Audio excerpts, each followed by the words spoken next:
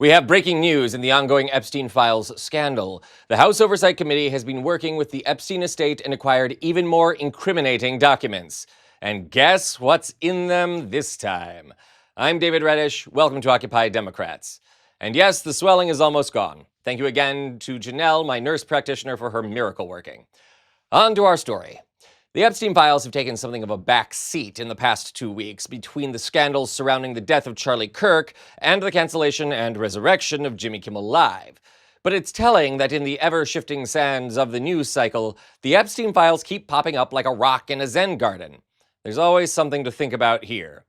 As you may recall, the last major update concerned the discovery of a birthday card sent by Donald Trump to Jeffrey Epstein that contained a suggestive drawing of a young woman.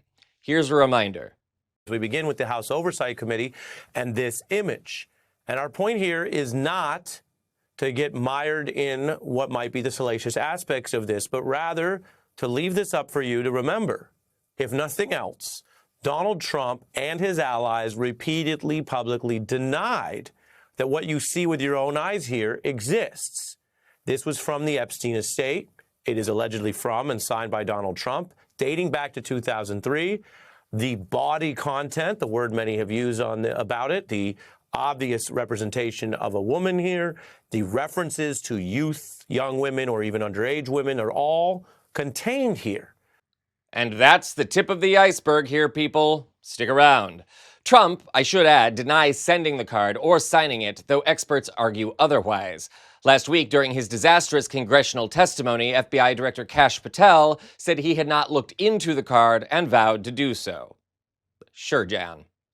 The overconfidence of Trump and House Speaker Mike Tiny Johnson in keeping the files hidden was also dashed this week. In Arizona gave Adelita Grijalva a decisive win in the special election for a House seat previously held by her late father, Representative Raul Grijalva.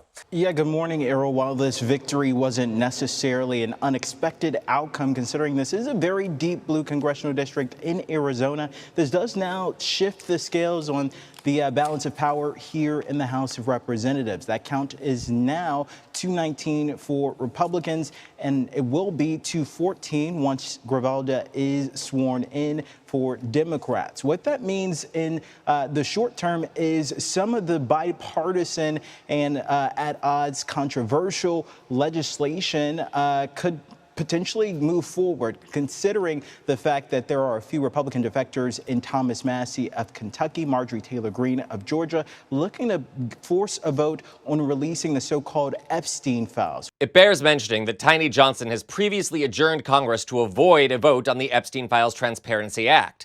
But this time, he's in big trouble.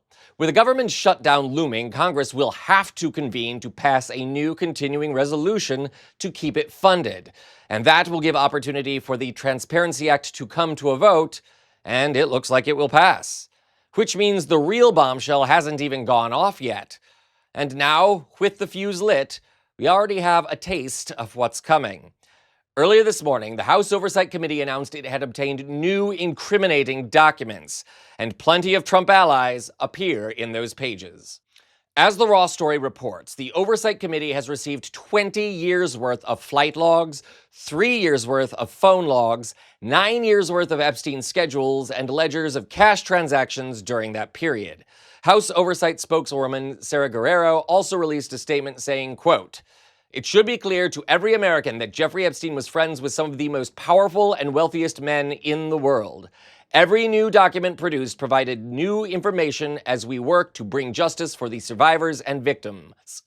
Oversight Democrats will not stop until we identify everyone complicit in Epstein's heinous crimes. It's time for Attorney General Bondi to release all the files now," closed quote. The committee has also begun posting the documents online. It's important to note that they are still heavily redacted to protect the names of the victims. But we do now know some more of Epstein's clients, which happen to include some major Trump allies. Some we already knew. Bill Gates is mentioned extensively, as is Prince Andrew. However, the new documents also reveal meetings with Peter Thiel, former Trump strategist Steve Bannon, and Elon Musk. That's right, folks. Elon Musk was on Epstein Island. Thiel, Bannon, and Musk all appear in the Epstein files, and who knows what revelations are about to come to light about their conduct. If nothing else, there's now incentive to call them to testify before Congress about their activities and the knowledge of others. This is big, and it only adds momentum to the movement to see the full and transparent release of all the Epstein files. And it places President Taco and Speaker Tiny Johnson in a much more difficult position. This story is not going away, and the momentum is building. Donald Trump cannot escape this, so no wonder he's pressuring governors to illegally gerrymander their states to make sure Democrats don't take Congress in next year's midterms. What is he so afraid of? It looks like we're getting closer to finding out. Count on us here at Occupy Democrats to keep you up to date on this story, so make sure to subscribe to our channel. I'm David Reddish.